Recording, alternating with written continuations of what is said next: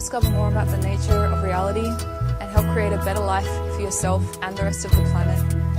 My name is Nikki Palmer, and I've created a process called Draw Your Reality. For more information, you can go to my website, nikkipalmer.com, and receive a free gift that I put together just for you. Now, organ theft, staged attacks, UN panel details White Helmet's criminal activities, media yawns. Now, the White Helmets, of course, are a Western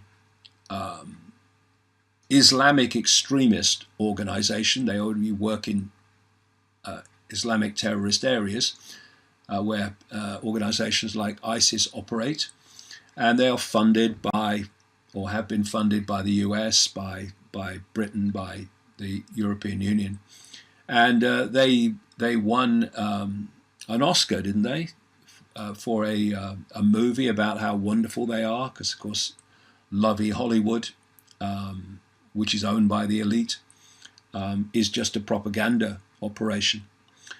And now it's come out that the UN has come clean on what the White Helmets really are, and the media, understandably, when you realise they're owned by the same elite that own Hollywood, have not been at all interested in reporting in any kind of major way what this report has concluded. So this is what the story says. Utter silence. That is the sound of Western corporate media days after a more than 1 hour long panel on the White Helmets at the United Nations on December the 20th. Journalists were present, so the silence isn't due to lack of access, and in any case it was live streamed on the UN TV channel and remains available on YouTube for keen observers to watch.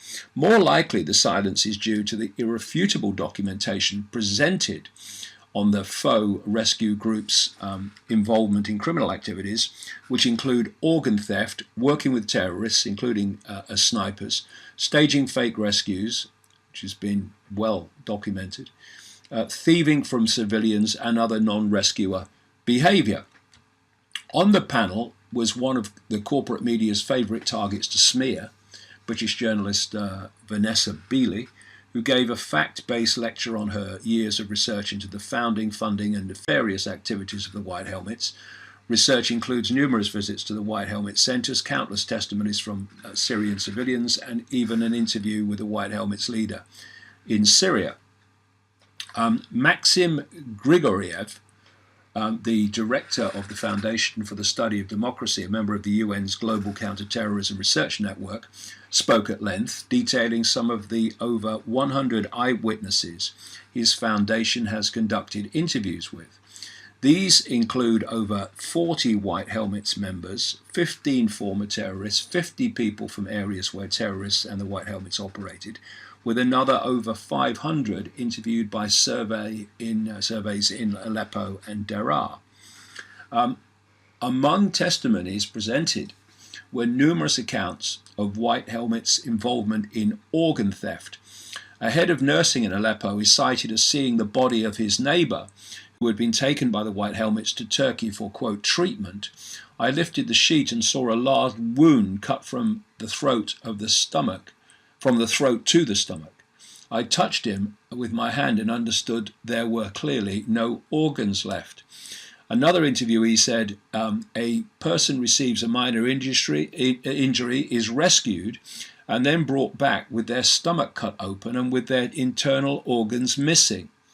The interviews with civilians, White Helmets and terrorist members themselves put to rest NATO's and their lapdog media's explanations that in the White Helmets there are a few bad apples, but in general they are humanitarian rescuers. Now this is really not only confirmation of what we've been saying all along about the White Helmets, but it's also such a testament to the corruption and irrelevance of the mainstream media. Now, if you are a journalist, a proper journalist, and you're looking for a story to give you big headlines, then what more could you have than this humanitarian, so-called, absolutely not, white helmets being exposed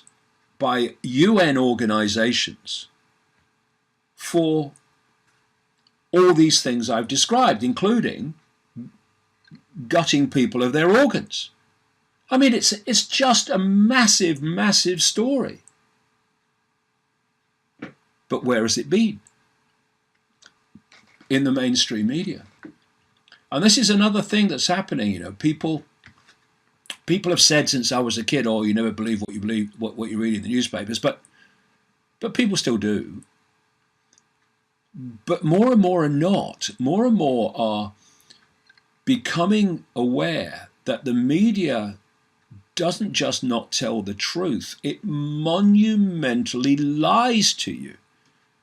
Day after day after day, all over the world, because it is the corporate media. The media of corporations that are owned by the same people, the same organizations, the same networks, that the papers and the media operations are actually reporting on. So in effect, if you go deep enough, they're reporting on themselves. Well, they're not going to expose themselves, are they? And that's why. And that's why we have the media that we do.